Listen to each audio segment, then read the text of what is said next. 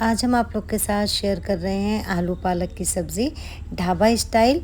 बहुत ही मज़े की लगती है, जैसे कि हम ढाबे पे खाते हैं। थोड़े से मसालों के साथ ये सब्ज़ी लुटपुटी सी बन के तैयार होती है, लेकिन बहुत ही ज़बरदस्त जायका इसका आता है। आप इसे रोटी से खाएं या फिर चावल से खाएं, हर तरह से ये बहुत ही ज़्यादा टेस्टी लगती है। हम लोग इसके साथ हरी मिर्च फ्राई भी खाते हैं, जो कि बहुत ज़्यादा ज़बरदस्त लगती है। तो एक बार ट्राई ज़रूर करिएगा। अगर रेसिपी पसंद आए तो मेरे चैनल को सब्सक्राइब ज़रूर कर दीजिएगा और लाइक शेयर करना ना भूलिएगा। अस्सलाम वालेकुम, कैसे हैं आप लोग? उम्मीद है आप अपने घरों में शाद और आबाद होंगे। मैं हूँ फरहाना, घर का जायका विद फरहाना में आपका वेलकम करती हूँ। तो चलिए शुरू करते हैं। सबसे पहले हमने पालक ले लिया है, तो हमने एक बड़ी गड्डी पालक लिया है और इस तरह डंठल के साथ, यानी कि जो नरम डंठल इसकी हो उसे भी आप बिल्कुल बारीक बारीक काट लें। ये बिल्कुल गल जाएंगी, पता भी नहीं चलेंगी। तो सबसे पहले इसे चुनकर आप साफ़ कर लीजिए, धुल लीजिए अच्छी तरह से। और धुलने के बाद फिर इसे बारीक बारीक हम बिल्कुल काट लेंगे। बिल्कुल देखिए इस तरह से, जितनी बारीक चॉप करेंगे उतनी अच्छी आपकी पालक होगी।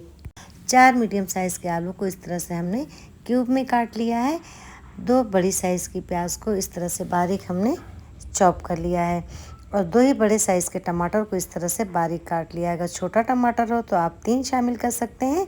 7 से 8 जबे लहसुन के बारीक चॉप कर लिए हैं।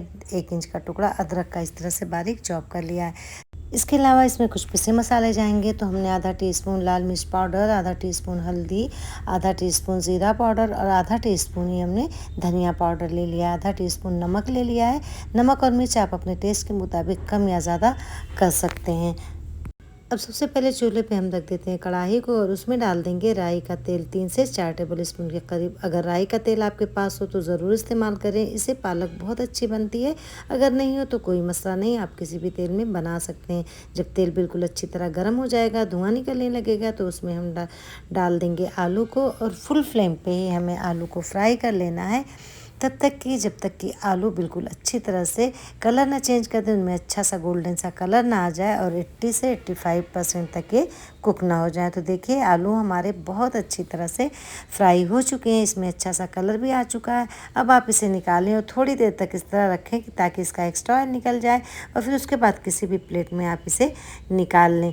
तो सारे आलू को देखिए हमने निकाल लिया है और देखिए आलू में माशाल्लाह कितना अच्छा कलर आ चुका है और बिल्कुल 85 से 90% तक ये डन हो चुके हैं। उसी तेल में हम डाल देते हैं आधा टीस्पून साबुत ज़ीरा, आधे टीस्पून के करीब हींग और 2 साबुत लाल मिर्च को हमने इस तरह से तोड़कर डाल दिया है। अब शामिल कर देते हैं अदरक और लहसुन कुटी हुई, डालकर इसे फ्राई करेंगे कि अच्छा सा कलर आ जाए। अदरक और लहसुन में ये फ्राई हो जाए थोड़ा, उसके बाद शामिल कर देंगे प्याज को और प्याज को डालने के बाद भी हम इसे अच्छी तरह से फ्राई करेंगे। फुल फ्लेम पे अच्छी तरह हमें भून लेना है, जब तक कि इस पर अच्छा सा कलर ना आ जाए गोल्डन। इसे बहुत ज़्यादा हमें फ्राई नहीं करना है, बिल्कुल डार्क ब्राउन नहीं करना है, बस इसे लाइट ब्राउन होने तक ये सॉफ्ट हो जाए और अच्छा सा थोड़ा कलर आ जाए, तब तक के लिए हमें फ्राई कर लेना है। तो देखिए प्याज हमारी फ्राई हो चुकी है, बस इतना ही हमें फ्राई करना है, इससे ज़्यादा हमें डार्क नहीं करना है। अब हम इसमें शामिल कर देते हैं सारे पिसे हुए मसाले और इसे डालकर भी हम भून लेंगे। थोड़ा सा पानी इसमें शामिल कर देंगे वरना मसाला जलने लगेंगे, तो थोड़ा सा ही पानी डालकर हम इसे अच्छी तरह से भून लेंगे, फ्राई कर लेंगे, जब तक कि मसाला हमारा 50 से 60% तक भून ना जाए।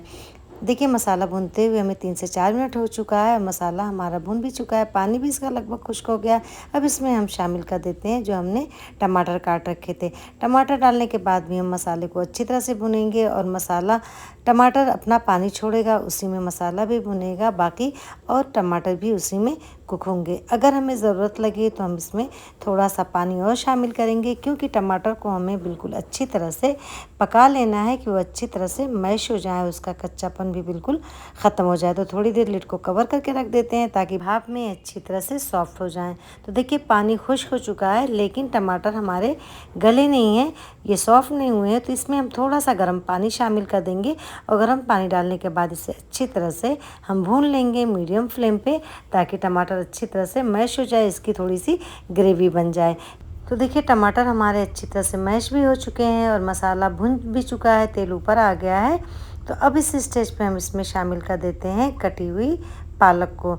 तो पालक आप इसमें करके थोड़ा थोड़ा डाल दें और उसके बाद इसे फुल फ्लेम पे कर दें, क्योंकि पालक बहुत ज़्यादा पानी छोड़ती है। तो जब तक पालक पानी छोड़ेगी, वही पानी में ये मसाले और पालक दोनों ही भुनेंगे कि ताकि पालक का कच्चापन ख़त्म हो जाए और इसका पानी भी हमें खुश कर लेना है फुल फ्लेम पे ही भूनते हुए। तो देखिए पालक ने जितना पानी छोड़ा था वो सब खुश्क हो चुका है और पालक भी हमारी अच्छी तरह भुन चुकी है। अब इस स्टेज पे शामिल कर देंगे गर्म पानी। तो हमने 100 से 150 ml के करीब ही पानी डाला है, इससे ज़्यादा हमें पानी डालने की ज़रूरत नहीं है। अच्छी तरह पालक को मिक्स कर देंगे।